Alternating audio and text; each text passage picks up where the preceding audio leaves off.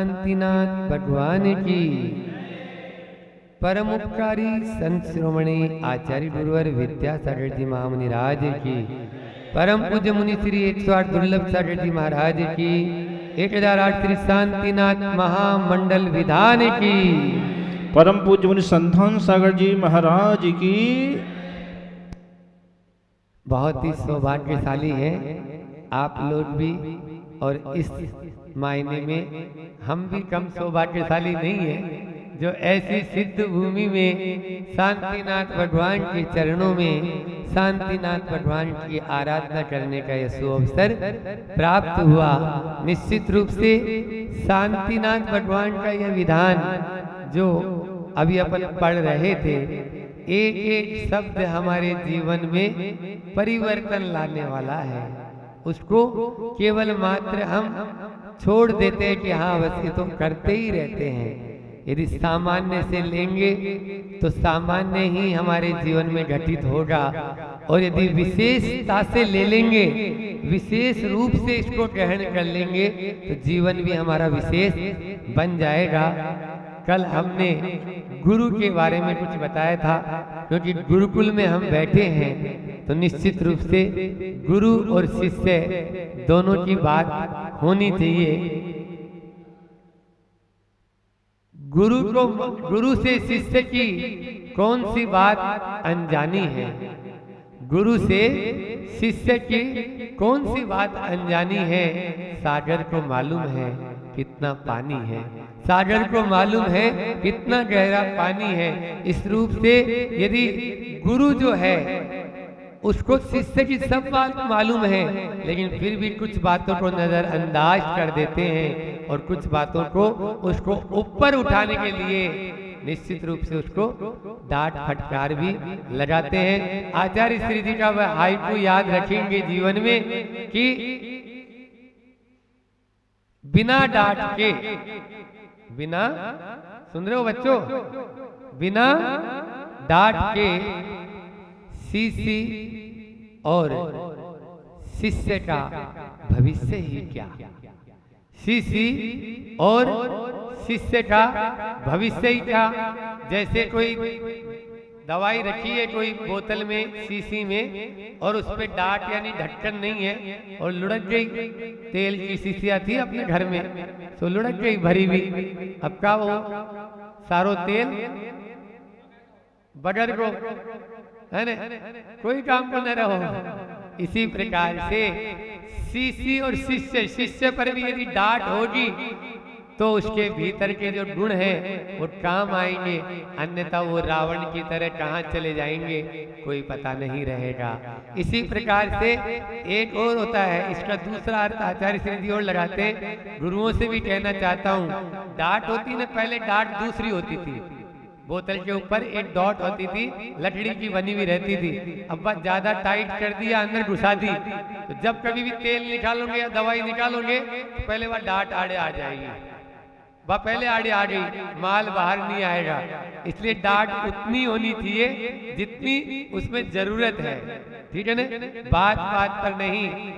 एक आता है ना कि घड़ी के अंदर देखते हैं तो 3 कांटे हैं, आपके यहाँ लगी हुई है ऑफिस में, तो एक घड़ी टिक टिक टिक टिक टिक टिक टिक टिक टिक टिक टिक टिक टिक टिक सेकंड वाला कांटा हर सेकंड में टिक टिक कर रहा है, कोई का ध्यान नहीं जाता। लेकिन हर घंटे में एक बार में टंकार होती है, टन, तो सबका ध्यान उस घड़ी पर चला जाता है। क्यों? 9 बज गए, अरे इसका मतलब वो टंकार, तो टिक टिकाओ नहीं, एक बार टंकार करो तो अपने आप ही निश्चित रूप से सामने वाला, हमारे आचार्य श्री जी की यही व्यवस्था है, यही मतलब उनकी जो है गुण है कि वो टिक टिकाते नहीं, टंकार करते हैं। जिस दिन फाइल खोलते हैं पूरी फाइल खोल के रख देते हैं, तेरा तुमने ये साल भर पहले ये किया था, 10 साल पहले ये किया था, 20 साल पहले ये किया था। अब बोलो कैसे हम कितनी बार देखें, कितनी बार करें? तो शिष्य भी सोचता है कि नहीं, जरूर मेरी गलती है, मुझे ऐसा कभी भी नहीं करना चाहिए। जब इतना बड़, तभी तो इतना बड़ा संघ अनुशासित रहता है, तो अपने आप को अनुशासित रखना है। तो इस हायुक को शिष्य भी और गुरु भी अपने जीवन में जरूर अपना ले। कल हमने कहा था कि गुरु हमारे भ्रम को दूर करते हैं, इसलिए ब्रह्मा है। गुरु हमारे विचारों के विष को हटा देते हैं, इसलिए विष्णु है। गुरु हमारी शंकाओं को दूर कर देते हैं, इसलिए शंकर है। गुरु हमें दुर्गति में जाने से बचाते हैं, इसलिए दुर्गा है। गुरु हमारे मोह को दूर कर देते हैं, इसलिए मोहन है। गुरु हमारे इंद्रिय और मन को जीत लेते हैं, इंद्रियों को वश में कर लेते हैं, जितेंद्रिय हैं, इसलिए महावीर है। गुरु हमें ज्ञान से अज्ञान से हटाकर ज्ञान की ओर ले जाते हैं। गुरु हमें अंधकार से हटाकर प्रकाश के मार्ग में लगा देते हैं। इसलिए गुरु का निश्चित रूप से हमारे जीवन में बहुत बड़ा स्थान होता है। आप लोग सब बहुत ही सौभाग्यशाली हैं जो इस गुरुकुल को चला रहे हैं। यहाँ पर पता चला गुरुकुल में चयन पद्धति हुई। जिस दिन हम आए थे नवागढ़ में गए थे, वहाँ पर भी चयन पद्धति चल रही थी और यहाँ पर भी आपके यहाँ भी चयन शिविर चल रहा था और चयन हुआ। यहाँ पर अर्थ की ओर दृष्टि नहीं रखी जाती, परमार्थ की ओर दृष्टि।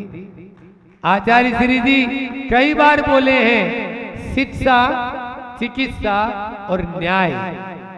फिर से बोलूं, शिक्षा, चिकित्सा और न्याय, इन तीन में अर्थ नहीं होना चाहिए, इन तीन में कमाई का जरिया नहीं होना चाहिए, इन तीन में धन के पैसे के लिए ध्यान नहीं देना चाहिए। और सौभाग्यशाली है, यहाँ मैं तो धन्यवाद दूंगा, आशीर्वाद दूंगा यहाँ आहार जी के जो गुरुकुल चलाने वाली, जो संचालन करने वाले जो लोग हैं उनको, कि आज 1936 से लेकर अभी तक यह अनवरत रूप से निःशुल्क रूप से यह गुरुकुल चल रहा है। ये कोई बड़ी बात नहीं है, नहीं तो कॉन्वेंट में और विद्यालयों में जाते हैं लाखों रुपए लग जाते हैं, लाखों रुपए। इसलिए यहाँ पर यह निःशुल्क रूप से, क्यों सही बोल रहे हैं ना, चल रहा है। लेकिन मैं बच्चों से कहना चाहूंगा, यहाँ पर उपस्थित सारे बच्चों से, कि देखो ये तो हमारी सारी व्यवस्था बना रहे हैं, लेकिन हम क्या कर रहे हैं, हम क्या कर रहे हैं। आचार्य श्री जी का कहना होता है कि ज्ञान से ऊंचा डिग्री नहीं होती है। यदि हम डिग्री ले लेंगे तो कुछ नहीं है, लेके घूमते रहो या 10,000, 5,000, 20,000 की नोट की कर लेंगे, लेकिन हमें ज्ञान आ जाएगा। यदि हम कला के क्षेत्र में आगे बढ़ जाएंगे तो अपने जीवन को उन्नत कर लेंगे। आप लोग भी यहाँ पर 2 घंटे कम से कम, कितना बोला मैंने, 2 घंटे प्रतिदिन गुरुकुल के लिए दें। कोई भी ऐसा काम करे जिससे हमारा जीवन उन्नत बन जाए, चाहे वो हथकरघा सीखने में लगा दे, चाहे वो दीपक बनाने के क्षेत्र में हो जाए, चाहे वो कलश बना, बहुत सारे क्षेत्र हैं। मतलब कल मैं तो बता रहा था इनको कि 72 कलाएं होती है, उन 72 कलाओं को राम और लक्ष्मण राजा के बेटे थे या नहीं थे, पद्म पुराण में आता है, पढ़ लेना। राजा के बेटे थे कौन? लेकिन जब आश्रम में, जब गुरु वशिष्ठ के आश्रम में पढ़ते थे, अपने हाथ से लकड़ियां बीन के लाते थे, अपने हाथ से आटा औसनते थे, अपने हाथ से रोटी बनाते थे। उसी का परिणाम ये रहा कि शादी, जिस समय विवाह हुआ और विवाह होते ही वनवास का फरमान सुना दिया गया, 1 मिनट भी उनके आंखों में आंसू नहीं। गुरुकुल रीत सदा चली आई, प्राण जाए पर वचन न जाए। उसी वंश के अपन लोग हैं, अपन दूसरे वंश के नहीं है। उसी इक्ष्वाकु वंश जिसमें आदिनाथ भगवान हुए, उसी इक्ष्वाकु वंश जिसमें मुनीश्वरनाथ भगवान हुए, उसी इक्ष्वाकु वंश जिसमें भगवान राम हुए, उसी इक्ष्वाकु वंश में हम सब हुए हैं। इसलिए उसी वंश के अपन सब हैं। तो फिर क्यों इधर उधर की बात सोचते हैं। जब जंगल में चौका लगाते थे प्रतिदिन, जहाँ कोई साधु नहीं थे, सुन रहे हो महेंद्र जी, हाँ, साधु नहीं होते हुए भी शुद्ध आहार पानी करेंगे। और प्रतिदिन पड़गाहन का नियम था, जिसको द्वारापेक्षण बोलते हैं आगम की भाषा में, अपने द्वार पर जाकर पड़गाहन करते थे। एक बार की बात है, लक्ष्मण अंदर चौके में अपना ध्यान रखे हैं, राम और सीता कलश लेके खड़े हैं। सीता बोलती है, इस निर्जन वन में कौन आएगा महाराज, रोज तो अपन स्वामी बोले पढ़ ली, जैसे अपन आए ना यहाँ पर, आया नहीं आए वैसे वो भी आएंगे। दृढ़ विश्वास था, इतना बोला ही था, आकाश से चारण रिद्धिधारी नीचे उतर रहे हैं, नीचे उतर रहे हैं। हे स्वामी, भो स्वामी, नमोस्तु नमोस्तु नमोस्तु की आवाज सुनते हैं और उनके आंगन में नीचे उतरकर उनका पड़गाहन करते हैं। ऐसे थे उस समय के लोग। तो मैं बता रहा था, बांस होता है ना, बांस, उस बांस की टोटनी बनाए और उसमें रोटी रखी, वहां लिखा हुआ है। उसके बर्तन बनाए, मिट्टी के और बांस के सुंदर सुंदर बर्तन, चोखे में बर्तन बनाए और उन बर्तनों में प्रभु का और उन चारण रीतिधारी मुनि महाराज का आहार हुआ। निश्चित रूप से इसी प्रकार से अभी भी यदि आप करेंगे तो यहाँ पर 6वीं क्लास से है ना, तो 6वीं से 10वीं तक आप अपने पांवों पर खड़े हो जाएंगे और माता पिता से पैसा तो मंगाना ही नहीं है क्योंकि निःशुल्क है, लेकिन जब यहाँ से जाएंगे तो 10, 5, 2, 4 लाख रुपया अपना बैंक बैलेंस होगा।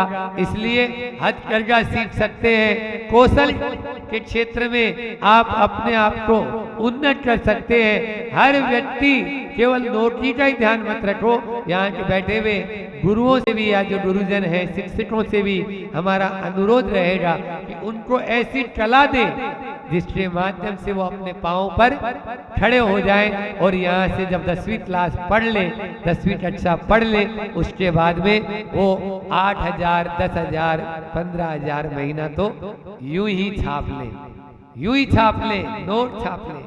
इस प्रकार का कार्य यहाँ हो सकता है, लेकिन ये तभी होगा जब बच्चों में और गुरुओं में दोनों में यह लगन लग जाएगी। नहीं, हमें कौशल उन्नयन, सरकार इसके लिए बहुत सारा मतलब पैसा देती है। बताना चाहूंगा मैं आपको कि इसके लिए सब्सिडी आदि भी देती है सिखाने के लिए, उसका भी आप लाभ ले सकते हैं। अभी तो मोदी जी की सरकार है, उसके माध्यम से आप आगे बढ़ सकते हैं। 3 बात आज की याद रखना, समय भी अपना हो रहा है कि 3 बातें हमारे जीवन में हमेशा रस लेती रहती है। शरीर है तो उसको सुख में रस आता है, शरीर को सुख में रस आता है, आत्मा को आनंद में रस आता है और मन को दुख में रस आता है। मन आप देख लीजिए, मन वही जाएगा जहां पर आपका दुख होगा, दुख बार बार वहां से दुख मिलेगा तो भी आप उसमें सुख मानेंगे, सुख मानेंगे, जबकि वो सुख है नहीं, सुखाभास है।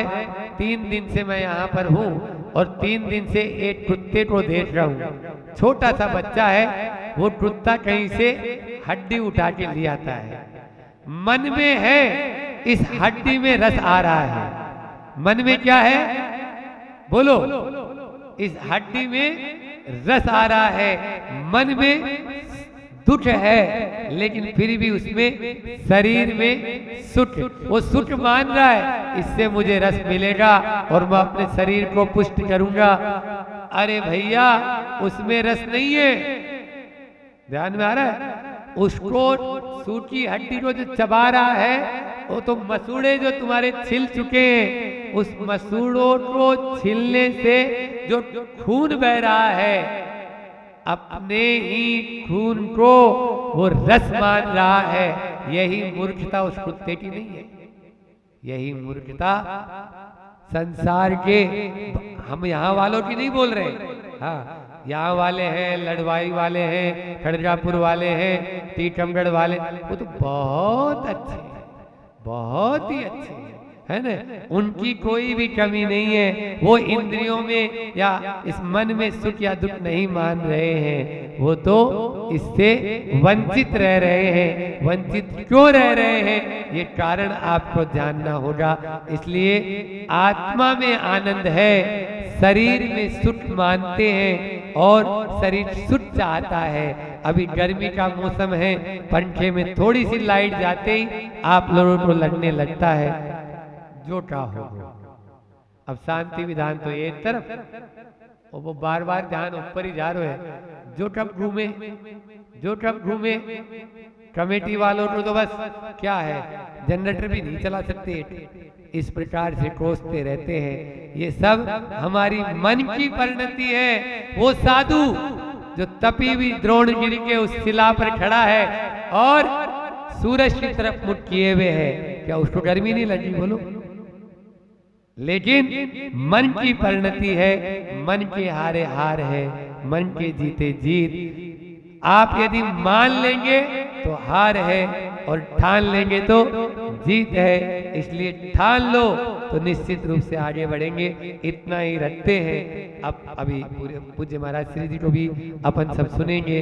तो निश्चित रूप से गुरु की वही भूमिका है जो हमारे मन को उन्नत बनाने में लगते हैं। आज हम भी यहाँ बैठे हैं तो किसी गुरु के आशीर्वाद से ही बैठे हैं। गुरु की कृपा हुई तो यहाँ पर पहुंच गए, लेकिन गुरु की कृपा नहीं होती है तो वहीं की वहीं रहते हैं। गुरु को सौंप दो बच्चों, अपना जीवन धन्य हो जाएगा।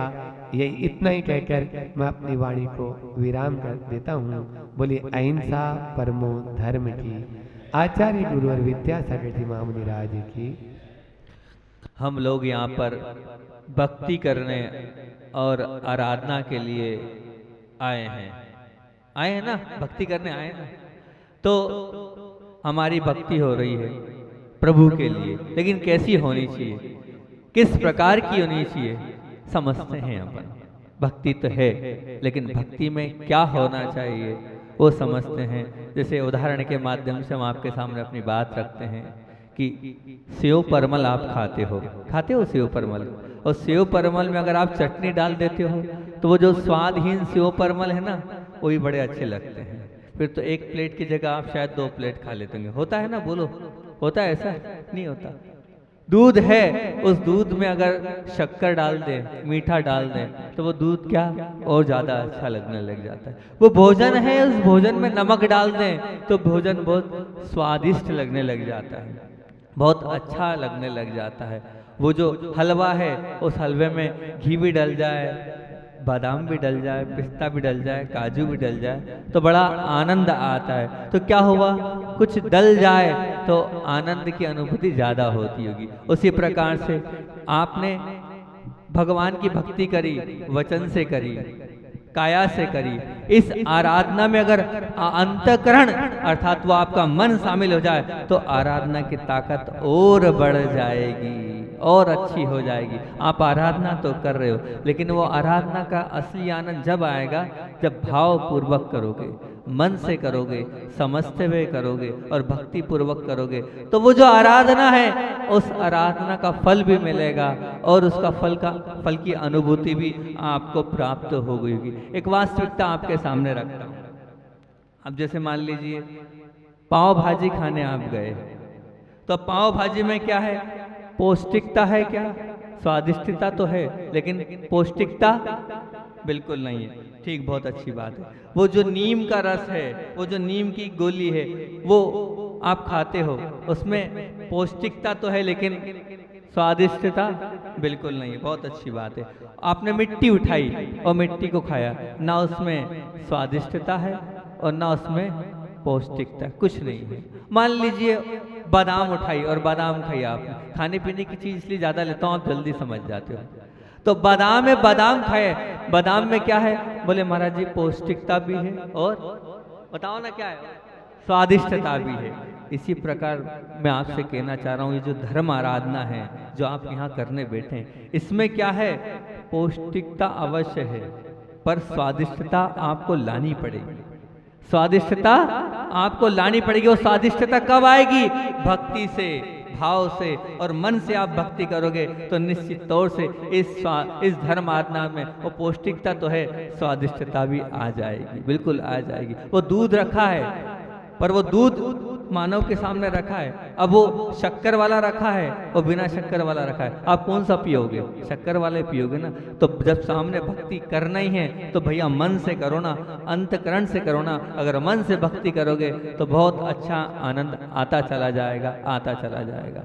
आपकी भक्ति मन से हो, अंतःकरण से हो तो बहुत अच्छी बात है। कि एक और बात आपके सामने रखता हूं कि दुख एक ऐसी आग है, दुख एक ऐसी आग है जिसका सदुपयोग करना आए तो व्यारे न्यारे हो सकते हैं अध्यात्म जगत की अपेक्षा से। क्या बात कर दी है महाराज, बिल्कुल।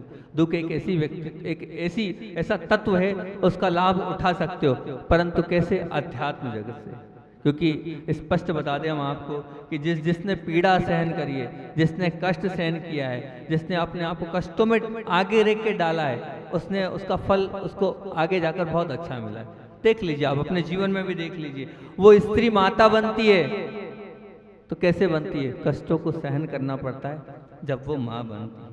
मान लीजिए ये फर्नीचर बना है, आपके सामने रखा है, तो फर्नीचर बना है तो बहुत सारी इस पे क्या चली होंगी, वो आरे चले होंगे और बहुत सारे उस पर ठोका ठाकी हुई होगी, मतलब कष्ट सहन किया जब ये सुंदर फर्नीचर बनाएगा। वो भगवान के शांतिनाथ भगवान का जिनबिंब आपके सामने है, इतना आकर्षक जिनबिंब है, लेकिन जब छेनी हथौड़ी चली होगी, उस पाषाण ने कष्टों को सहन किया होगा, जब जाके आज इतना सुंदर स्वरूप है और आप अपने निगाह वहां से हटा नहीं रहे। कष्ट तो उसने भी सहन किया ही होगा। वो जो जिनवाणी माँ है, वो पुस्तक है जिससे आप अध्ययन कर रहे हैं, आप आराधना कर रहे हैं और इसे हथेली पर बिल्कुल लेके कर रहे हैं। क्या है ये?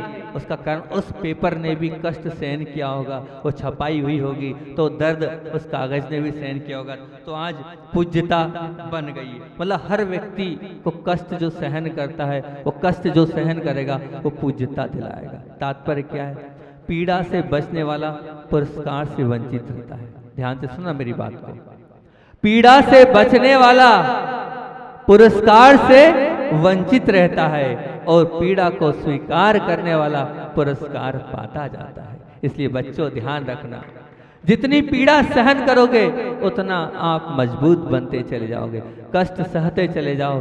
कष्ट आते हैं तो वो अपने आप को पक्का बनाने के लिए आते हैं, और जो कष्ट आए हैं निश्चित तौर से आने वाले समय में आपको कुछ न कुछ उपहार दे के जाएंगे। बात मान के चलना, बिल्कुल बात मान के चलना। जूता, वो जो जूता है वो भी चमड़े का है, और वो जो ढोलक है वो भी चमड़े की। दोनों देखी होगी आपने। अपने यहाँ तो वैसे सामान्य से आजकल प्रयोग नहीं करते हैं, इतनी समझदारी तो हो गई हैगी, चमड़े का ढोलक कम करके वैसा करते हैं, लेकिन दोनों चमड़े के हैंगे। अब दोनों चमड़े के बने हुए हैं तो जो जूता है वो बोलता है कि भाई मुझे समझ में नहीं आता है, तुम्हें इतनी पूज्यता क्यों है, तुम्हें इतना सब लोग सिर पे क्यों चढ़ा के रखते हैं, तुम्हें अपने हाथों में क्यों संवारते हैं, और भगवान के वहाँ तक भी ले जाते हैं तुम्हें, और मुझे वहाँ पर उतार देते हैं सीढ़ियों के वहाँ पर। ऐसा तुम्हारे अंदर क्या है और मेरे अंदर क्या है? तो वो ढोलक बोलती है, इसका जवाब हम तुम्हें शाम को देंगे, इसका जवाब हम तुम्हें शाम को देंगे। शाम हुई और आरती हुई, और आरती में पुजारी ने नगाड़े बजाना चालू किए और मारना और ठोकना उसको चालू किया। आरती समाप्त हुई। आरती समाप्त होने के बाद उस ढोलक ने बोला, समझ गए? बोले नहीं समझा। बोले भैया मैं ठुकता हूँ, पिटता हूँ और मेरे पे मारा जाता है, इसलिए मैं पूजा जा रहा हूँ, इसलिए भगवान के चरणों में। और तो पालिश तुम्हें आनंद है इसलिए तुम बाहर हो। तो जिसको पालिश में आनंद आएगा, जिसको अपने स्वयं के उसमें अपने आप को अच्छे रखने में आनंद आएगा, एसी कूलर में आनंद आएगा, अच्छा खाने में आनंद लेगा, तो ध्यान रखना वो बाहर ही रहेगा, दरवाजे के बाहर। और जो ठुकेगा पिटेगा वो यहाँ आएगा प्रभु के चरणों में। ठुको पिटो तब जाके आप प्रभु के चरणों में आ पाओगे।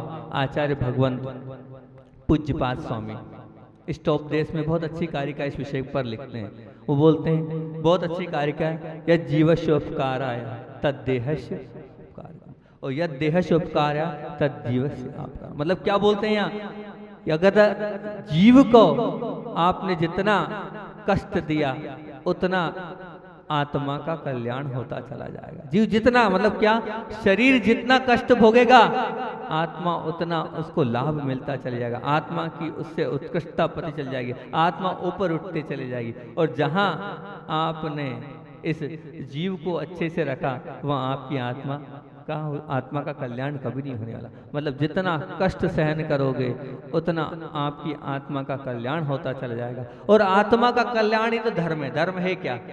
धर्म है क्या? धर्म तो वही है, आत्मा का कल्याण उसी से होना है, उसी से आपका भला होता चला जाना है। तो आप कष्टों को सहन करो और सहिष्णु बनो। दूसरी बात क्या? कष्टों को सहन करना है हमें, सहिष्णु बनना है। तीसरी बात एक और आपके सामने रखता हूं, बिल्कुल आप लोगों के बीच की बात है। मान लीजिए आप लोगों को यात्रा पे जाना है, अब यात्रा पे कहीं जाना है, यहाँ से वहाँ जाना है, तो आप टैक्सी रोकते हैं और टैक्सी पे बैठ जाते हैं। मान लीजिए बड़े शहर की बात, तो बम्बई में आप जा रहे हो तो आपने गाड़ी टैक्सी रोकी और टैक्सी रोकी और आप उसमें बैठ गए। बैठते हैं कि नहीं? होता है आपके साथ ऐसा। जो लोग बाहर जाते हैं, लंबी दूरी पर जाना, पैदल नहीं जा पा रहे हैं, तो टैक्सी रोकी। तो मैं ये पूछता हूँ आपसे, क्योंकि श्रद्धा की बात है, विश्वास की बात है, आप क्या उसे देखते हैं कि टैक्सी ड्राइवर ने शराब तो नहीं पी? टैक्सी ड्राइवर के पास लाइसेंस है कि नहीं? टैक्सी ड्राइवर को गाड़ी चलाते आती है कि नहीं? टैक्सी ड्राइवर ठीक है कि नहीं? कुछ नहीं देखते, आप तो गाड़ी रोकते हैं और बैठ जाते हैं। इतना नहीं देखते महाराज जी, बस रोका और बैठ गए। बहुत अच्छी बात है। मान लीजिए अब आपको दाढ़ी बनवाना है, कटिंग कराना है, तो आप किसी भी सैलून के आगे पहुंच जाते हैं और वो देखते नहीं है कौन है, क्या है, अनजान शहर है, अनजान व्यक्ति है, और उसके सामने जाकर आप अपनी गर्दन को रख देते हैं और वो उस तरह चलाना चालू कर देता है। क्यों देखते क्यों नहीं? नहीं महाराज जी, ज़्यादा नहीं देखते, हम तो रख देते हैं उसके सामने, और विश्वास और श्रद्धा के साथ वो आपके जो भी करता है, दाढ़ी वाड़ी बनाता है, कर लेता है। बहुत अच्छी बात है। मान लीजिए आपको हवाई जहाज से यात्रा करना है। अब उस हवाई जहाज से यात्रा करना है तो आप उस हवाई जहाज के जो चलाते हैं उसको क्या बोलते हैं? पायलट। पायलट को देखते हैं क्या? कौन है, बच्चा है, बड़ा है, बूढ़ा है, कैसा है? नहीं देखते महाराज जी, ना देखने को मिलता है। चाहे वो पायलट ले लो, चाहे आप जहाज की यात्रा में जाते हो तो जहाज में यात्रा करने में जाते हो तो देखते नहीं हो ना? नहीं महाराज जी, श्रद्धा करना पड़ेगा, विश्वास करना पड़ेगा, जब जीवन आगे बढ़ेगा। नहीं तो ऐसा करेंगे तो अपने जीवन में आगे बढ़ ही नहीं पाएंगे। विश्वास नाम की चीज भी तो होती है। बहुत अच्छी बात है। ये आप लोगों की बात है ना, स्वीकार कर रहे हो ना इस चीज को कि श्रद्धा करना पड़ेगा, विश्वास करना पड़ेगा, तब कहीं हम आगे बढ़ पाएंगे। परंतु अब मैं आपसे पूछता हूँ, चुभने वाला प्रश्न ये है कि अपनी आंखों से ना दिखने वाले और अपनी बुद्धि से ना बैठने वाले बहुत सारे ऐसे तत्व हैं। हम परमात्मा को अपनी आंखों से नहीं देखते। हम परमात्मा के द्वारा कहे गए इन जो जिनवाणी में लिखी बातें हैं उनको भी हम देखते हैं तो ऐसा लगता है कि 1 लाख किसको कहते हैं? 1 लाख योजन का वो होता है, 1 लाख किसको बोलते हैं? तो बहुत बड़ा हाथी हैगा। कल जब महावीर जयंती आएगी तो उसका वर्णन करेंगे तो आपको ऐसा लगेगा क्या है ये। तो हमें समझ में नहीं आ रहा है। आप वहां पर श्रद्धा कर रहे हो, वहां पर नाई के आगे बैठ गए, आप वहां ड्राइवर के साथ बैठ गए, वहां विश्वास श्रद्धा है, लेकिन यहाँ पर आपको श्रद्धा विश्वास नहीं। ऐसा क्यों? यहाँ आपका मन होता भी है, दो बातें होती है, या तो आप हाँ बोलते हो या ना बोलते हो। हाँ भी बोलते हो तो क्या संकीर्णता से आप हाँ भरते हो, या फिर एकदम स्पष्ट ना भी भर देते हो। और कहा जाए तो कहना पड़ता है, इसलिए हाँ करना पड़ती है। तो ये आपकी श्रद्धा अधूरी है। क्या है आपकी श्रद्धा? अधूरी श्रद्धा है। जब वहां आपको श्रद्धा है तो जिनवाणी में जो लिखा है उस पर भी श्रद्धा होना चाहिए, गुरु जी ने कहा उस पर भी श्रद्धा होनी चाहिए, तब तो मानेंगे कि आपकी श्रद्धा पक्की है, आपकी भक्ति पक्की है। दुख की बात तो ये, परमात्मा को हम कब याद करते हैं? परमात्मा को पता है आप कब याद करते हो? परमात्मा को आप जब याद करते हो जब आप कष्ट में होते हो, सुख में होते हो, ना गुरु दिखते हैं ना परमात्मा दिखते हैं। गुरु के चरणों में तभी आते हो जब आपको कोई कष्ट होता है, दुकान नहीं चल रही तो आओगे महाराज जी के पास, कोई तकलीफ हुई, बीमारी हुई तो महाराज जी के पास गए, तब दिखता है। सुख में ना गुरु दिखते हैं ना प्रभु दिखते हैं। सुख में तो आपको अपने विषय दिखते हैं और उन्हीं में आप रमते रहते हैं। ध्यान रखना, मैं आपको बताऊं, इस जगत में 2 व्यक्ति जिन्हें कोई समझा नहीं सकता है। 2 व्यक्ति जिन्हें कोई नहीं समझा सकता है। बोले कौन से 2 व्यक्ति? एक अहंकारी और एक भक्त। एक अहंकारी और एक भक्त। बोले अहंकारी, बिल्कुल देख लो, रावण को समझा पाए थे क्या राम? नहीं समझा पाए, वो अहंकार में चूर हो गए। वो दुर्योधन को समझाए थे क्या? समझा पाए थे कृष्ण? नहीं समझा पाए। वो कृष्ण जो है कितने प्रयास कर लिया, लेकिन वो अहंकारी दुर्योधन को नहीं समझा पाए। इसी प्रकार जिसके अंदर भक्ति होती है ना, भक्ति, वो जो भक्त है उसको भी कोई नहीं समझा सकता। वो देखो मीरा जहर का प्याला पीने को तैयार हो गई, क्योंकि वो जुनूनी होता है भक्ति का। और जिसकी सच्ची भक्ति होती है वो सब कुछ करने के लिए तैयार हो जाता है। तो भक्ति करो, मीरा जैसी भक्ति करो, आराधना करो, मन से करो और स्वीकार करो। जो है हम स्वीकार करते हैं, क्योंकि मैं आपसे पूछता हूँ, जिस तत्व के अस्तित्व पर, श्रद्धा और भक्ति पर हमारा जीवन का कल्याण निर्भर है, फिर हम उस पर निश्चल भाव से श्रद्धा क्यों नहीं करते हैं? फिर हमारा उस पर अश्रद्धांश क्यों होता है कि नहीं? नहीं, गुरु जी ने जो कहा है, प्रभु ने जो कहा है, उसे हमें मानना है और उसे हम मानेंगे, तब तो बहुत अच्छी बात है। पर ये हम मान नहीं रहे और जानते हुए भी नहीं मान रहे, तो ये हमारी अश्रद्धा कहलाएगी। हमारे अंदर की जो भक्ति है वो कैसी कहलाएगी? कमजोर कहलाएगी। भक्ति हमारी आस्थावान नहीं है, हमारी भक्ति में कहीं ना कहीं कुछ ना कुछ जो है बलजोरी नहीं है, कमजोरी है। बलजोरी हो, बलजोर आपकी भक्ति हो, यही हमारी भावना है। भले ही वो दुर्जन व्यक्ति है, वो दुर्जन व्यक्ति दिख रहा है कि वो कार्य करेगा तो उस कार्य का परिणाम भी खराब निकल रहा है, पर प्रभु ने जो कहा है वो नहीं दिख रहा है। प्रभु ने कहा है, गुरु ने कहा है, वो नहीं दिख रहा है। नहीं दिखते हुए भी हमें श्रद्धा करना है। निश्चित तौर से जो गुरु ने रास्ता दिखाया है वो सच्चा होगा और समीचीन होगा, क्योंकि प्रभु भले ही मुझे नहीं दिखते, पर श्रद्धा रखनी है। श्रद्धा रखेंगे तो अपने आप प्रभु ने जो कहा है वो होता चला जाएगा। श्रद्धा होनी चाहिए। एक छोटी सी कहानी आपके सामने रखता हूँ। श्रद्धा की बात है और भक्ति की बात है। एक आश्रम था, उस आश्रम में 30-40 लोग थे, सेवा में लगे थे, गुरु की सेवा में लगे थे। और गुरु की सेवा में लगे थे तो बहुत सारे चढ़ावा आता था। उस चढ़ावे को वहाँ पर जो मुख्य गुरु होते थे उनके पास वो पहुँच जाता था। मंदिर की बात थी, आश्रम की बात थी, बहुत अच्छी बात है। श्रद्धा की बात चल रही है, आस्था की बात चल रही है, उसी विषय को लेके कह रहा हूँ। तो वहाँ पर एक भक्त था उनका, उन लोगों में, तो वो बार बार कहता था, गुरुदेव मेरी बहन की शादी है, गुरुदेव मेरी बहन की शादी है, आपको चलना है। तो गुरुदेव कहा हाँ हाँ हम नहीं जाते। फिर 2-3 दिन होते हैं, फिर कहता है, गुरुदेव मेरी बहन की शादी है, आपको चलना है। तो बार बार गुरु का वही वचन होता है कि हाँ हाँ तुम चले जाना, मैं नहीं जाऊंगा। हालांकि वो व्यक्ति गरीब था, वो जो भक्त था वो गरीब था।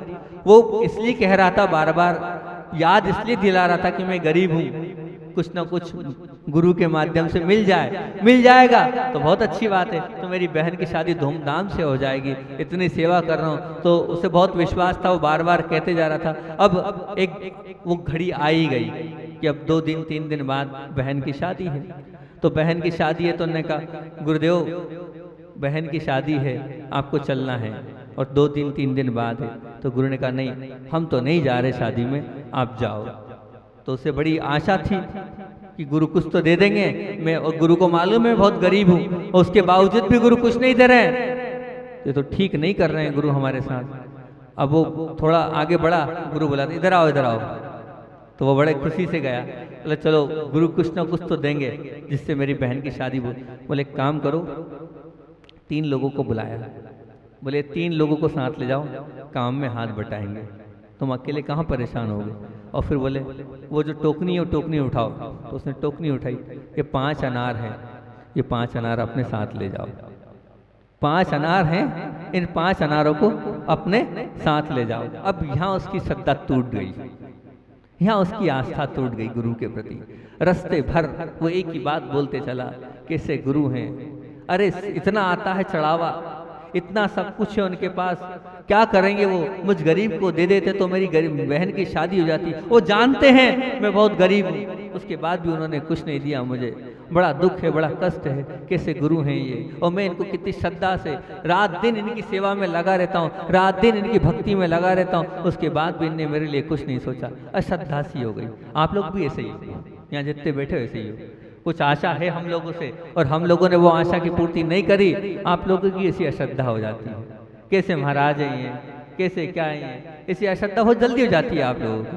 कभी अश्रद्धा मत करना भाइयों, कुछ ना कुछ गुरु जो करते हैं, गुरु जो करते हैं और जो गुरु देते हैं वो सोच समझ के देते हैं। अब वो आगे बढ़ता चला गया, तीनों मित्रों को वो समझाता गया, तो उन्होंने कहा विकल्प नहीं करो, गुरु ने कहा है श्रद्धा रखो, सब ठीक होगा, चिंता नहीं करो। समझाते समझाते आगे बढ़ते जा रहे थे।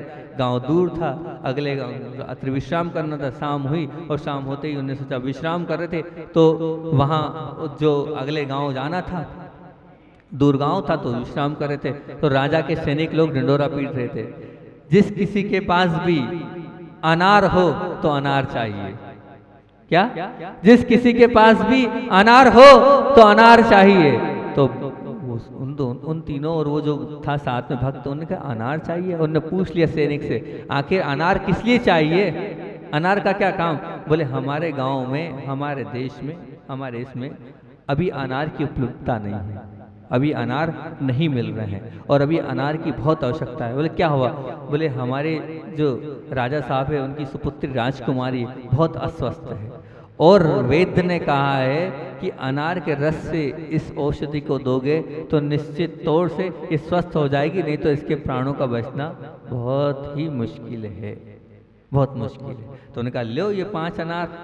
हाँ बोले इतने में तो आराम से काम हो जाएगा, इससे औषधि देना है। अब वो राजा के पास ले जाते हैं और राजा से कहते हैं इनने अनार दिए हैं। तो राजा सुनते हैं और बताते हैं, वो पूरी बताते हैं कि हमने तो गुरु से ऐसा कहा था, इस अपेक्षा से दिए थे। तो बोले चिंता नहीं करो, खूब सारा धन और खूब सारा धन के साथ साथ जेवरात, हीरे मोती सब दे देते हैं। बोले खूब अच्छे से अपनी बहन की शादी जाकर तुम करना, ये ले जाओ। और वह जाता है और खूब ठाठ से खूब अच्छे से बहन की शादी करता है। और उस वक्त उसे याद आता है कि देखो गुरु ने मुझे सोच समझ के 5 अनार दिए होंगे, मैं कितना हूँ अविवेकी हूँ कि गुरु के विषय में कितना कितना मैंने गलत सोच लिया और क्या क्या शब्द निकाल दिए। तो ध्यान रखना, जो जिनकी भक्ति कमजोर होती है, जिनकी श्रद्धा में जो है बलजोरी नहीं होती है, कमजोरी होती है, उन्हीं के साथ ऐसा घटता है। पर वो गुरु थे, गुरु ने कुछ ना कुछ सोच समझ के वो 5 अनार दिए होंगे। तो ध्यान रखना,